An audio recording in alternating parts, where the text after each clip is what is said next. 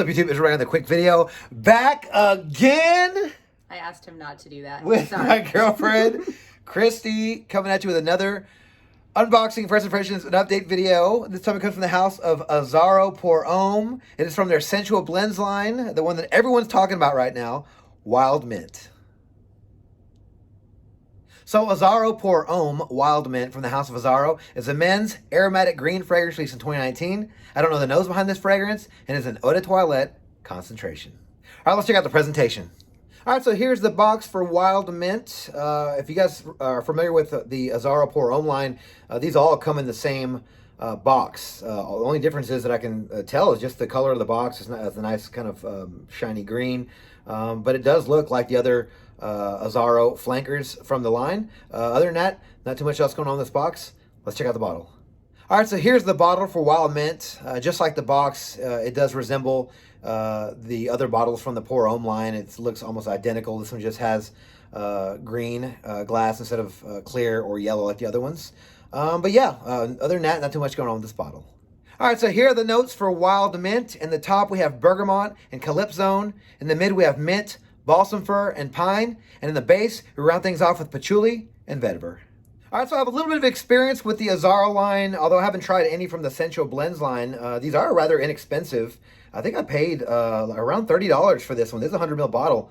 And I got another one from the line. There is 5 from the Sensual Blends line, and I picked up Ginger Lover, which is supposed to be really nice. I tried to look up to see which ones were the most popular. I wanted to save on shipping, so I got 2 bottles. But yeah, so I did hear a lot about this one. This one's been getting a lot of hype in Fragcom lately. Not really sure why. I haven't heard anything about it, though. Like I know that everyone's talking about it, but I don't know what the talk is about. I don't know. They haven't really described it. This does have mint in it and some pine. It's definitely, I'm guessing it's going to be green, a little earthy from the patchouli and the vetiver. And I'm guessing fresh. I do like mint in some fragrances. I think there was some mint in Crypto Mint from Mugler, I believe, in their Amen line. That one was okay. It resembled more of like a Girl Scout cookie, the mint ones. I don't know what those are called, but mint. So I don't know if you're a big fan of mint at all, but I mean, like maybe in gum or something. Yeah. But fragrance and so much. There's only been a couple of fragrances that have mint in them that I'm really a fan of. But you know, I'm looking forward to trying this one. So let's get this fragrance, a first impression. All right, here we go. So I'm gonna spray Kristy's test strip first, and then I'm gonna spray my hand. Here we go. All right, good sprayer on this one. Okay. Wow, definitely getting the bergamot. That's like a citrus kind of fragrance. Yeah, the citrus and the mint are really strong together. That's a really good smell. So I'm definitely getting the bergamot. It is very green. Almost smells like a chocolate vibe in this one. I don't know where that's coming from. I'm sure that's going to go away, but I'm just, you know, I kind of say things out loud whenever I'm trying fragrances. I get that a little bit. That's weird. I like this a lot. Yeah, so definitely getting the citrus, definitely getting the mint, definitely getting the vetiver because it's a bit earthy. Kind of like, I'm thinking Mentos, like when you eat a Mento and it like makes your mouth like really, it just feels really bright and fresh. And okay. It does have a bit of a sweetness to it. Not really sure what that's coming from. Yeah, probably the citrus, yeah. I don't know what calypsone is, so you guys can help me out with that one. But I'm getting a citrusy, minty. I'm getting the pine now, so it's green. Smells kind of like the kind of pine, you know, forest kind of green. Piney. The vetiver's giving a bit of earthiness, a little dirtiness. It's not bad. It's not what I was expecting. I guess it's a little earthier than I expected.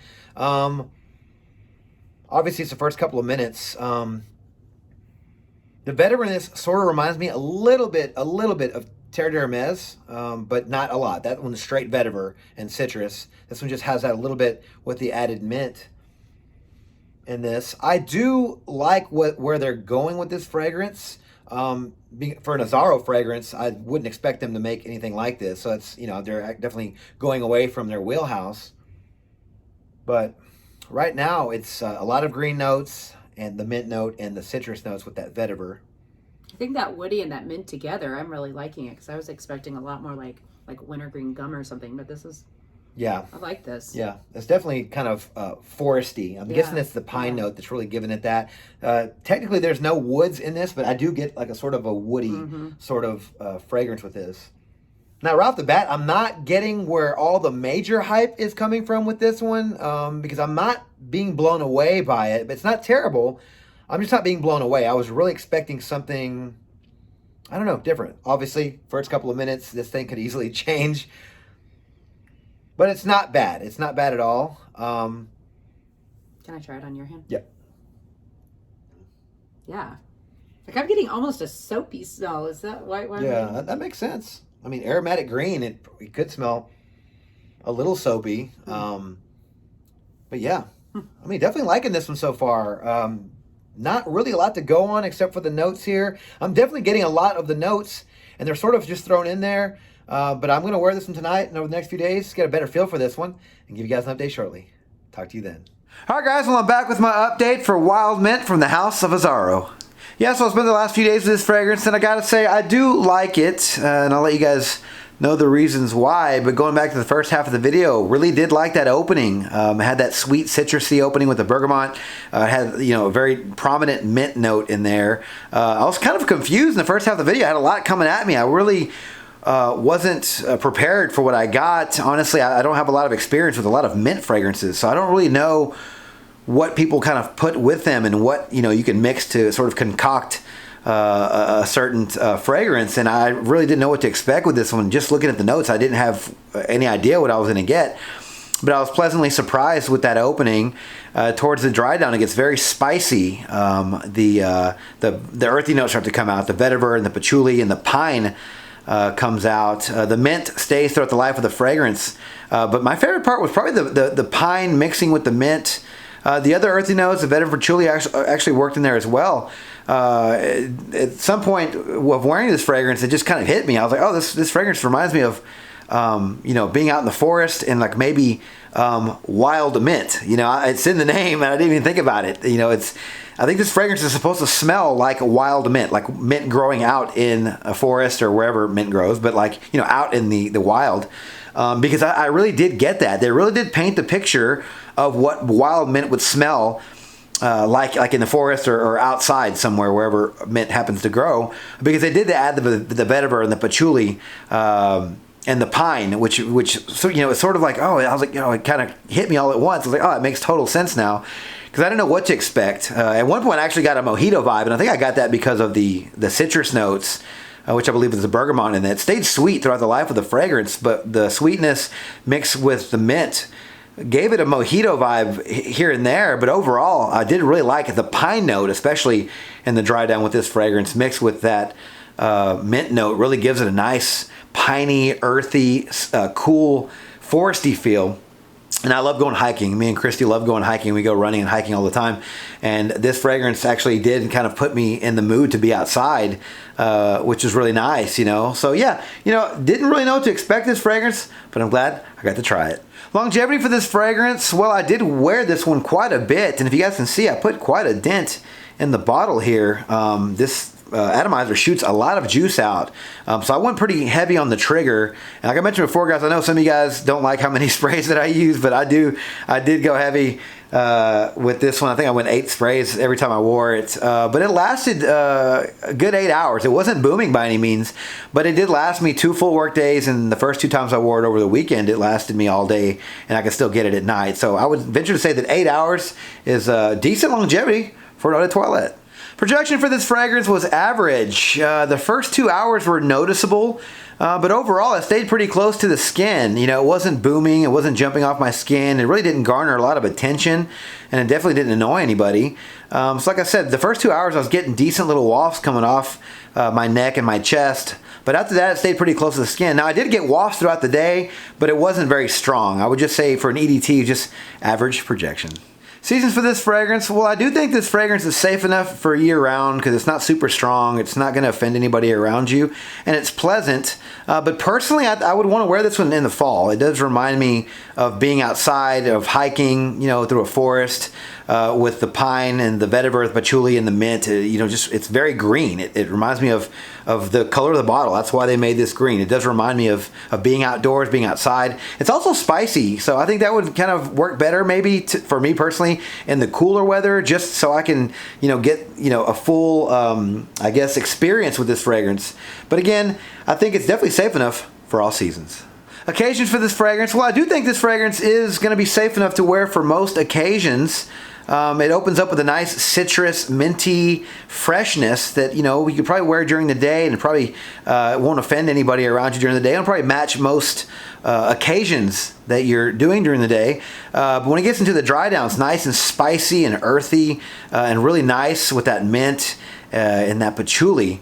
So I definitely think it'll work for evening events as well. I definitely think it's not strong enough for the club, but most occasions besides the club are perfect for this fragrance.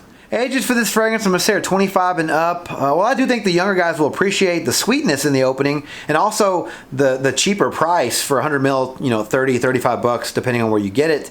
I don't think that they're really going to like the pine note in this, and the patchouli and the mint note in this. I think they might get turned off by that. I think they might get a little, it smells like forest. I don't really know what to do with this. Not really sure where to wear this. So I think 25 and up might be a good age range for this fragrance, because I think they can appreciate it for what it is. I do think it's very unique. It's a unique fragrance, so I think that 25 and up can appreciate this fragrance. And also, it's very spicy and masculine, so the older guys will probably like this fragrance too. So 25 and up is a good age range for this fragrance. Overall, I do really like this fragrance, and I can see where all the positive reviews came from for this one. I don't think that the hype came from casual fragrance users, honestly. I do think this one came from probably the seasoned veterans in FragCom, because I think this is a pretty unique composition. I haven't tried a lot of mint fragrances in my life, so I don't know what direction you can take mint, but I do like the direction they took this fragrance. I did like the notes they used. The pine note was probably my favorite part of this fragrance, the pine note mixed with that mint. The pine note sort of reminded me of the kind of pine note that was in Cape Heartache from Imaginary Authors. That one had some smoke in it. It's like some campfire, some strawberries. If you guys haven't tried that fragrance, get your nose on it. But the mint and the earthiness in this fragrance really did remind me of that one. So, really did like this composition. It's also very affordable. This one might be considered a cheap but good fragrance. It's $30 to $35 depending on where you look. I'll leave a link in the description below. But yeah, 35 bucks for this fragrance is kind of a steal. It's 100 mil. It's very unique. Now, I don't think the casual fragrance wearers will like this one. Honestly, just if you're new to FragCom, you could maybe blind buy it for 35 bucks. Not sure if you'll really appreciate it. I mean, I appreciate it for what it is, because I've been smelling these things for a long time, and this is a decent composition. I really liked where they went with this one, and that's why I think that the older guys in FragCom, the guys that have smelled a lot of different fragrances, really came to appreciate this one. I do too. It's again, it's not my favorite in my collection, but it's nice. And I also think that if you're just a fragrance collector and you don't have a lot of mint fragrances, you need to get this one in your collection. Just because, if this might be the only mint fragrance in your collection overall, and you got to get something with mint in your collection. So if you're just a collector, I think this would be a good, decent fragrance to put in there, just because of the fact that it has mint in it. It's not a bad composition either, and super affordable. But yeah, I did like this fragrance. Again, it wasn't super beast mode. It wasn't even super strong when it comes to the projection, but the longevity was decent for an EDT. I did get 8 hours, so, can't complain about that. The price is right. Didn't really get noticed wearing this one when I wore it. Kristy said she really liked it, and she smelled it on me, and she really appreciated it. But, whenever I didn't get any unsolicited compliments at work or just being out when I wore this one. But I do think people will still like it on you if they, walk by you and they're in your little bubble. But yeah, do like this fragrance. Glad I got a chance to get my nose on it, and I can't wait to try the rest. Okay, guys, now it's your turn. What are your thoughts on Wild Mint from the House of Azzaro? Have you tried this fragrance? Let me know your thoughts on this fragrance down in the comments below. Alright, thank you guys so much for watching another video on my channel. If you like this video, please click that like button, subscribe to my channel, and turn on those notifications for future first impressions videos and fragrance-related content just like this. Don't forget to follow me on Instagram, Dollars and Cents. There, you'll find fragrance-related photos and future contest winners. And as always, until the next video, you guys take care. Thanks.